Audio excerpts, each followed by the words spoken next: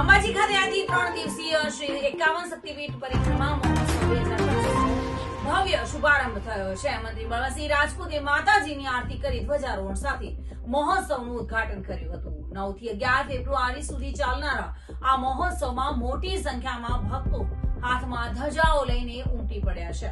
આદિવાસી લોકોએ પરંપરાગત વેશભૂષા સાથે ઢોલ નગારા વગાડી નૃત્ય કર્યા હતા અને ત્રિદિવસીય ધાર્મિક ઉત્સવને ગુજરાતના મુખ્યમંત્રી ભૂપેન્દ્ર પટેલ દ્વારા ખુલ્લો મૂકવામાં આવ્યો છે, જેમાં એક જ સ્થાને 51 શક્તિપીઠોના દર્શનનો લાહો લેવા આવતા લાખો શ્રદ્ધાળુઓની સેવા, સુવિધા અને સુરક્ષા કાજે વહીવટીતંત્ર અને સુરક્ષા તંત્ર સજ્જ બન્યું છે.